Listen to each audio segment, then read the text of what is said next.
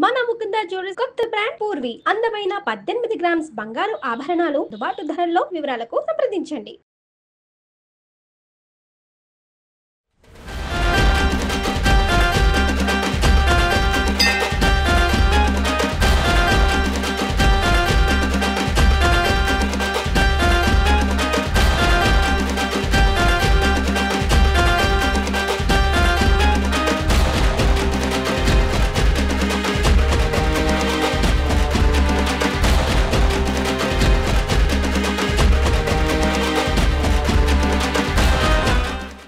అందరికీ నమస్తే అండి. ఈరోజు మీ అందరికీ శ్రీ శ్రీ శ్రీ కట్టమైసమ్మ దేవాలయాన్ని చూపించబోతున్నాను. దేవాలయం ఎక్కడుంది ఏంటి పూర్తి వివరాలు చెప్తానండి. సిటీకి నడిబొడ్డున అంటారు చూసారా, నిజంగా అట్లానే ఉందండి. ఇది మనకి అంటే మెయిన్ రోడ్డుకి ఫ్లైఓవర్కి కింద వస్తుంది. పైనుంచి చూస్తే ఓన్లీ ఆలయం యొక్క గోపురం మాత్రమే కనిపిస్తుంది.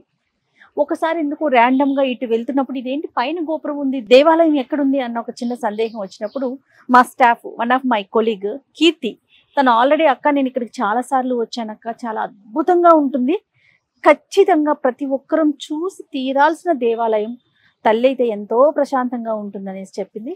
రోడ్డు మీద నుంచి మనకు ఒక 350 మీటర్స్ ఇది వే అండి, ఇట్లా కిందకి డౌన్లోకి రావాలి. నిజంగా అసలు ఎంతమందికి తెలుసో తెలీదో నాకైతే తెలియదు, కానీ కొన్ని సంవత్సరాల నుంచి ఇక్కడ ఉంటున్నాను, నాకైతే తెలియదండి. ఈ రోడ్లో చాలా సార్లు తిరిగాను. ఇది ఎట్లా అంటే మనకి ఎన్టీవీ రోడ్ అని చెప్తాము. ఈ రోడ్ నుంచి కొంచెం ముందుకెళ్తే ఎన్టీవీ కనిపిస్తుంది. ఎన్టీవీకి బ్యాక్ సైడ్ ఉంది ఇది. అండ్ ఫిల్మ్ నగర్కి కొంచెం ముందు వస్తుంది. చాలా రోడ్డుకి చాలా కిందకి అంటే డౌన్కి వస్తే తప్ప ఇక్కడ ఒక ఆలయం ఉంది, ఇంత విశిష్టత ఉందని చెప్పేసి ఎవరికి తెలియదు. ఆలయం యొక్క విశిష్టత చెప్తాను. అందుకైనా ముందు చూడండి, ఇక్కడ అంతా కూడా ముడుపులు కట్టుకొని అమ్మవారికి మొక్కులు తీర్చుకున్నవారు అనమాట. చాలా ఉన్నాయట. ఇందులో మాత్రం కొన్ని కనిపిస్తూ ఉన్నాయి, అంటే కొంచెం కాలక్రమేణా పోవటం అలా జరుగుతుంది కదా. శ్రీ శ్రీ కట్టమైసమ్మ దేవాలయం ఇది. నిజంగా 2 కళ్ళు చాలవు. ఆల్రెడీ నేను ఒకసారి వచ్చి తల్లిని దర్శించుకొని వెళ్ళాను, కానీ మన ప్రేక్షకులకి, సుమన్ టీవీ ప్రేక్షకులందరికీ చూపించాలనే ఉద్దేశంతో మళ్ళీ ఈరోజు వచ్చానండి. నా టీముని తీసుకొని వచ్చేసాను. రండి ఒకసారి అమ్మవారిని మనం దర్శనం చేసుకుందాం.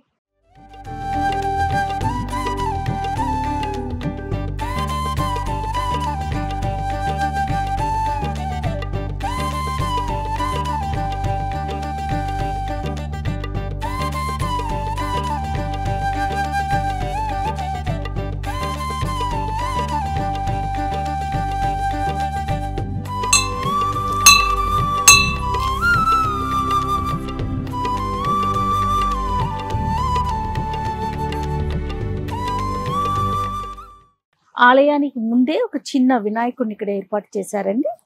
ఇక్కడ ఈ ఆలయం యొక్క విశిష్టత ఏంటి అంటే, ఎవరికి వారు మనమే పూజ చేసుకోవచ్చు. తల్లిని మనమే అలంకరించుకొని స్వయాన మన చేతులతో మనమే పూజ చేసుకునే ఒక అవకాశం కూడా. అంతకన్నా మించి అసలు మనం ఎక్కడా చూసుండము బహుశా. అలాంటి ఒక అద్భుతమైన విషయం లోపల తల్లి గర్భగుడిలో ఉంది. మనం ఇంతవరకు ఎక్కడా చూసుండమండి. ఒక అద్భుతమైన వింత అని చెప్పుకోవచ్చు. అలాంటి విశేషం మనకి లోపల గర్భగుడిలో కనిపిస్తుంది. ఒకసారి ముందు అమ్మవారిని పూజించుకున్న తరువాత మనం పూర్తి వివరాలు మాట్లాడుకుందాం. అయితే ఈ ఆలయ చరిత్ర దాదాపుగా ఎవరితో మాట్లాడినా సుమారు 100 సంవత్సరాల పై మాటే అని చెప్తున్నారు తప్ప, అంటే ఎవరితో మాట్లాడినా ఎవరిని కదిపించినా కూడా గత 100 ఏళ్ళ పై నుంచే ఉంది, అంతకు ముందే ఉండుంటుంది, మాకు తెలిసి 100 ఏళ్ళు అవుతోంది. ఇట్లా చాలా మంది ఆలయ నిర్వాహకులు కావచ్చు, ఇక్కడికి వచ్చే భక్తులు కావచ్చు, ఇలాగే చెప్తా ఉన్నారు. సరే, ముందైతే మనం అమ్మవారిని దర్శనం చేసుకుని పూజ చేసుకుందాం, తర్వాత మాట్లాడుకుందాం రండి.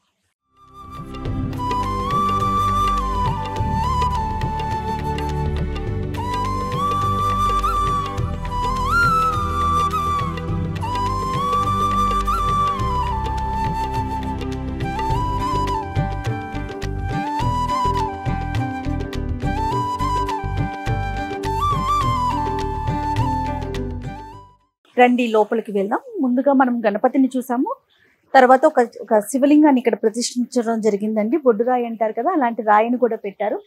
అదిగోండు తల్లి, 2 కళ్ళు చాలట్లేదు కదా. రండి లోపలికి వెళ్దాం.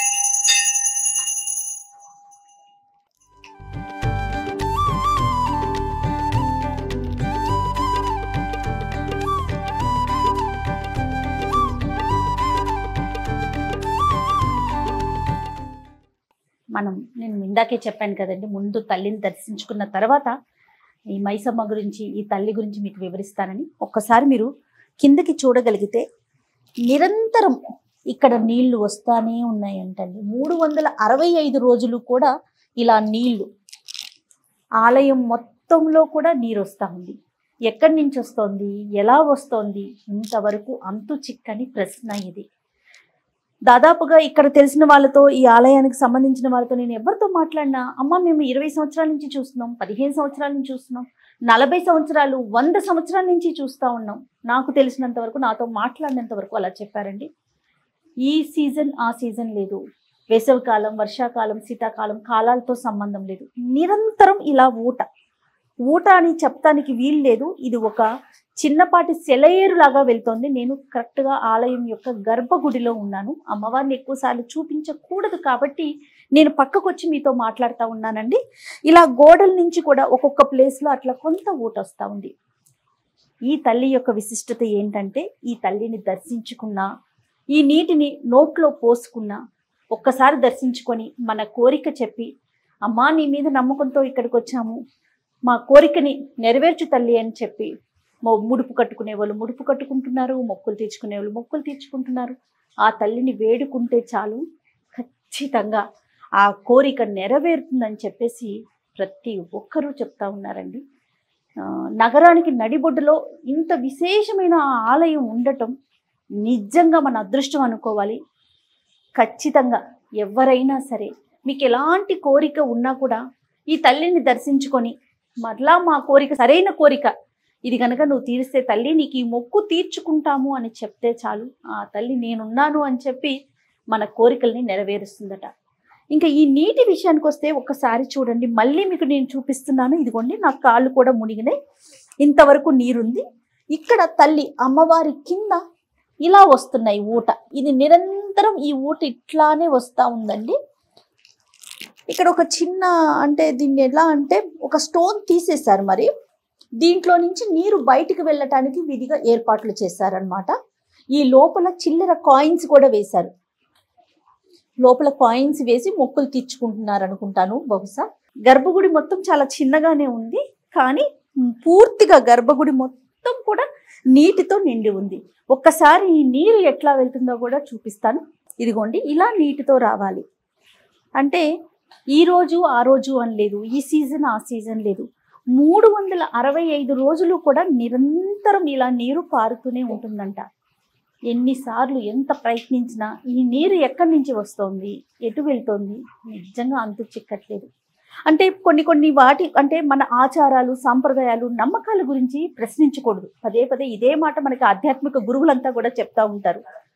మనం ఎప్పుడు కూడా ప్రశ్నలు మానుకొని నమ్మకంతో ముందుకు వెళ్ళాలి. అదే మనము ఉనికిని మన ముందు తరాలకి అందిస్తూ ఉంటుంది. దానికి ప్రత్యక్ష నిదర్శనం ఈ దేవాలయం. ఏమాత్రం అవకాశం ఉన్నా కాదండి, ఎట్టి పరిస్థితుల్లో ఒక అవకాశాన్ని కల్పించుకొని ఈ తల్లిని మాత్రం ఒక్కసారి దర్శించుకోండి. ఇదిగోండి నీరు ఆలయం లోపల నుంచి ఇలా బయటకు వస్తుంది. నీరు ఇట్లా, అంటే ఏదైతే మనకి గర్భగుడిలో ఇందాక మీకు నేను చూపించానో చిన్న ఊట, అది అట్లా పారుతూ ఈ విధంగా ఇట్లా ముందుకెళ్తూ, ఒక్కసారి చూడండి మీరు, ఇలా ముందుకెళ్తుంది. ఎంత నీరు అంటే, ఈ నీరు మొత్తం అంటే ఒక సన్న లైన్లో నుంచి వస్తున్న నీరు మరి 365 రోజులు వస్తుందంటే మాటలా చెప్పండి. ఇంకొక విశేషం కూడా చెప్పారని మీకు చెప్పడం మర్చిపోయాను. నాగరాజు అప్పుడప్పుడు వస్తారని, వచ్చి దర్శించుకుంటూ ఉంటారని, భక్తులకి ఎలాంటి ఆటంకము కలిగించరని ఇక్కడ భక్తుల నమ్మకం కూడా. సంతానం లేకపోయినా, ఏదైనా తీరని సమస్య ఉన్నా, అనారోగ్య సమస్యలున్నా, ఏదైనా కోరిక కోరుకున్నా ఖచ్చితంగా ఈ తల్లి నెరవేరుస్తుందని చెప్పేసి ఇక్కడ ఉన్న భక్తులంతా చెప్తా ఉన్నారు. నేను కొంచెం లీజర్గా వచ్చానండి, ఎందుకంటే భక్తుల తాకిడి ఎక్కువ ఉంటే మీకు చూపించడం ఇబ్బంది అవుతుంది చెప్పి. సో భక్తులంతా వెళ్ళిపోయాక మీకు ప్రశాంతంగా ఆలయాన్ని చూపించాలి అని చెప్పి ఒకసారి ఇక్కడ చిన్న కోనేరు లాగా కూడా ఉంది, ఇందాక చూపించాను కదా, అక్కడ అంతా కూడా డబ్బులు వేశారు. మనం కూడా వేద్దాం. ఇగోండి ఇక్కడ చిన్న కోనేరు ఉంది, లోపల కూడా కాయిన్స్ ఉన్నాయి, మనం కూడా వేద్దాము.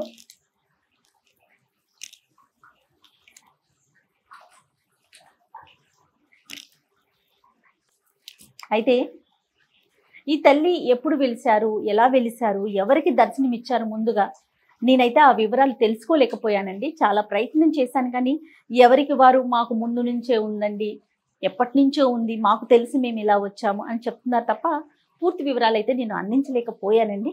కానీ వచ్చి మాత్రం ఒక్కసారి తల్లిని దర్శనం చేసుకోండి.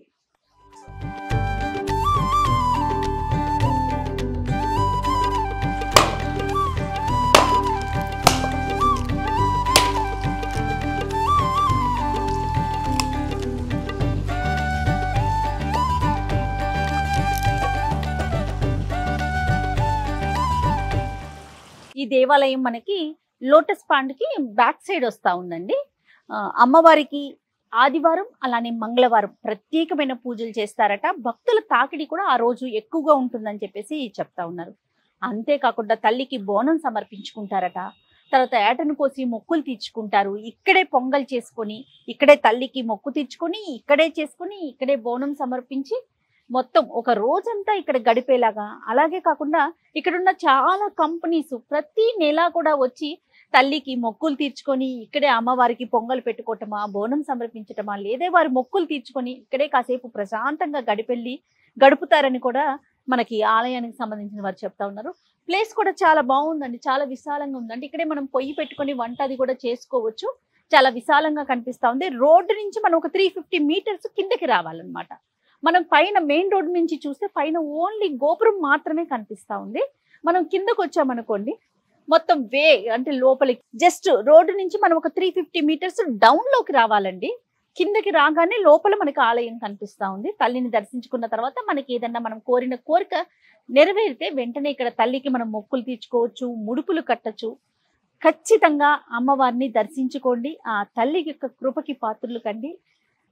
నిజంగా చెప్తున్నాను, మీరందరూ కూడా చాలా ఆనందిస్తారు, సంతోషపడతారు. ఈ తల్లిని కనుక దర్శించుకుంటే మనసు చాలా ప్రశాంతంగా అనిపిస్తూ ఉందండి.